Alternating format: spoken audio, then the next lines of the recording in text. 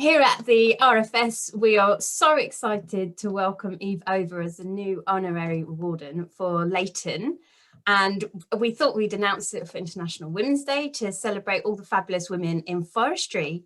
So Eve, we've got you today and we're going to ask you some probing questions. Thank you. The first question is, what inspired you to work in forestry? Well, I had done a rural environmental course and I wasn't sure what to do. And a friend recommended the forestry course at Bangor. And it was probably the one most important decision of my life. The teaching was so inspiring, as well as the field trips. And I was amongst a course of men. So it wasn't at all women orientated, but these men were professional foresters in their own country, whether Nigeria, Nepal, Ethiopia, and their stories of forestry and how it helped their communities and their country was just inspiring. But back in the UK, my own sort of road to Damascus was going out on a field trip to see farm woodlands being planted. I thought, this is what I want to do, to get people, especially farmers, to plant and manage their woodlands. What do you think is the biggest challenge now of in our woodlands today?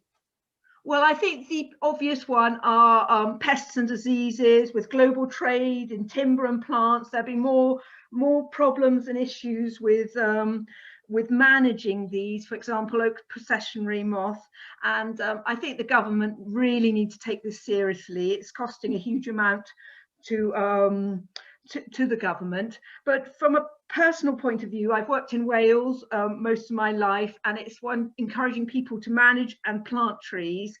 And there's often quite negative publicity. People don't understand the importance of forestry. They can see it as a negative impact, not a positive impact. Forestry is in a very, very good place. We have the UK Forestry Stand, which is a guide which is internationally recognised. And if you plant the right tree in the right place for the right reason, then it's going to be successful. So this might be for timber for local housing, for reducing water, going into the water courses, for reducing soil erosion, for biodiversity, habitat connectivity. Trees offer so many benefits, a multitude of benefits. And we really need to shout about this. We're in a fantastic profession. Thank you. How can we encourage more women into forestry?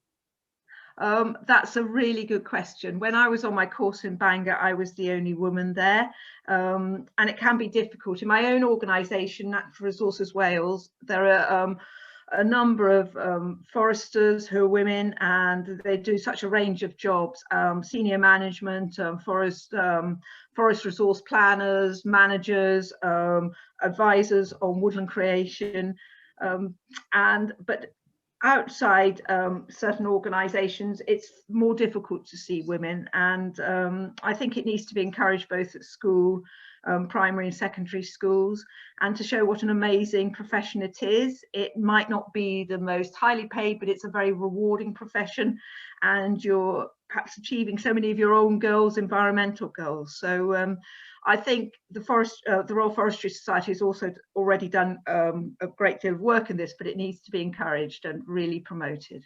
So you're now the new Honorary Warden for Leighton. What is it that you love about Leighton so much?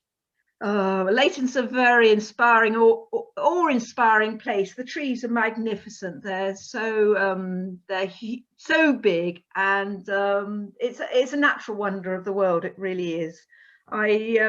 I'm delighted to take over. I'm flattered and delighted to take over as the Honorary Warden from David Williams.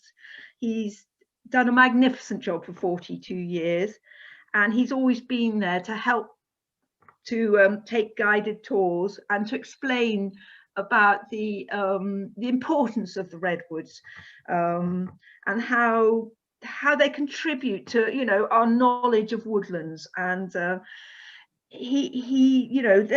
timber is so good, for very durable timber, and perhaps we should be planting more coastal redwoods in the future. So we have a lot to learn from Leighton and its redwoods.